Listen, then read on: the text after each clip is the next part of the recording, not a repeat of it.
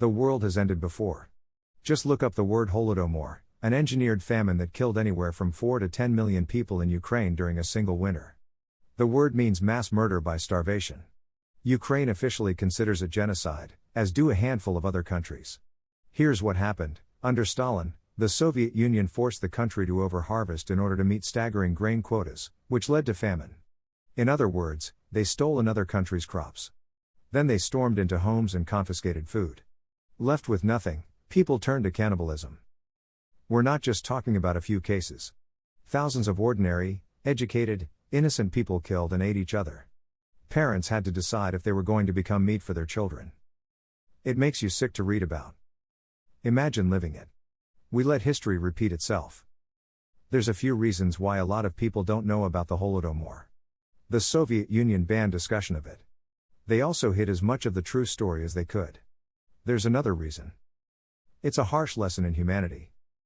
It's bad enough to learn about events like the Holocaust. It's something else to grapple with the fact that, throughout history, on varying scales, world leaders have been invading other countries and pillaging their resources, murdering their own citizens through the most appalling means, including children, and coming up with justifications for it. Stalin didn't just steal Ukraine's food. He didn't just subject them to famine and mass murder by starvation. He told them they deserved it. He told them it was their fault. He blamed the famine on farmers for hiding food. He accused people of eating their own children. He called them barbaric. It's a hard lesson that Stalin murdered upwards of 20 million people while trying to modernize and industrialize Russia. It's hard to see that his crimes were ecological and environmental, and those ecological crimes killed millions. It's hard to read about gulags and secret police rounding up innocents by the thousands, for all kinds of reasons, even not clapping for his birthday. It's even harder to accept Stalin as just the worst, most obvious example of a common theme in humanity. He's not the only monster. He's a pattern. It's especially hard to accept that your country, regardless of where you live, has engaged in similar acts. It's especially hard to read about Hitler and Stalin, and then learn your own leaders committed war crimes and acts of genocide against entire generations.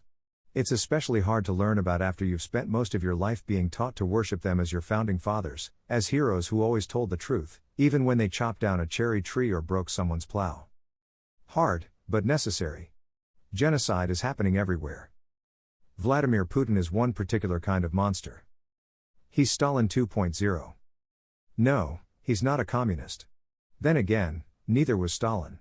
If you ask me, the political philosophy these men fall back on is just a bunch of bullshit they use to justify their own psychopathic violence. It's hard to estimate Putin's death count. Like Stalin, a lot of the blood on his hands didn't come by way of straight-up executions. It comes from policy decisions, which both Putin and Stalin made knowing very well how many people they would kill. In that sense, he's not very different from the CEOs and billionaires who've pressured our government into ignoring the most deadly and unpredictable disease we've ever faced, which promises to kill and permanently disable millions.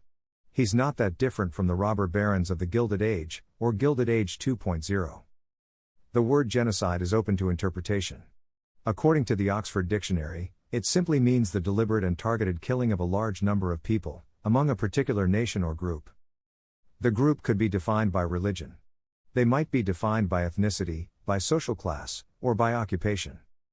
We're living through our own dark times now, with autocrats and kleptocrats and technocrats making all kinds of decisions that leave us in poverty, that expose us to deadly diseases, that break our hospitals, that subject our children to relentless daily trauma, that feed our lives and our futures into shredding machines of various political and economic doctrines. And when it all goes wrong, they blame us. Every single time. The wishful thinkers are in on it, too. Here's an interesting detail about the Holodomor. Ukrainian farmers tried to warn Stalin's bureaucrats about overfarming. They didn't listen. They engaged in exactly the kind of wishful thinking and false hope that we see so much of now. They dismissed warnings about a harsh winter as doomsaying. Soviet idiots forced their version of normal, along with their grain quotas and productivity expectations, down Ukraine's throat, then sat back and judged them for the fallout. History explains why all these wishful thinkers and positivity nuts piss us off so much when they pop up to accuse us of pessimism and negative thinking. As the record shows, dictators and their propaganda machines use positive thinking as a weapon to neutralize criticism. They drag it out to alleviate themselves from accountability. That's why we're so skeptical of it. Things are bad right now. They're bad because a handful of wealthy, elite assholes are working us to death.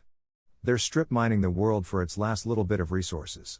They're forcing everyone to produce more than they can, and it's leading to a worldwide murder by starvation. The oligarchs don't just live in Russia. They're everywhere. Likewise, the poor people don't just live in places like Sudan or Afghanistan, where parents are now selling their own children for food. They're everywhere, too. You just have to know where to look. These places that fragile suburbanites describe as dangerous are really just the pockets of crime and poverty our economic system has created and knowingly maintains. Capitalism profits from despair. It engineers trauma. There's more than one apocalypse. The apocalypse isn't some catastrophe that happens suddenly. It's happening right in front of us, slowly, with plenty of chances to stop it. Ukraine understands this. They've been through an apocalypse. It's not so far back in their history. Every year, while Americans celebrate Thanksgiving with football and urgent shopping, Ukraine observes Holodomor, a time when a brutal dictator starved them. That's why they're fighting like hell for freedom. They're not going to let someone else put them through that ever again. This struggle is going on everywhere. Ukraine is a country of heroes right now. They're the ones standing up to a bully and an abuser. Anyone who's ever been bullied or abused knows that once you're free, you'll do anything to avoid going back. We know that the apocalypse isn't some Hollywood script. It's the kind of pain and suffering that doesn't make for good entertainment. It's the kind of atrocities that we're tempted to overlook and wish away. It has happened before. Call it the apocalypse. Call it Armageddon. Call it World War III. Call it whatever you want. It's happening right now.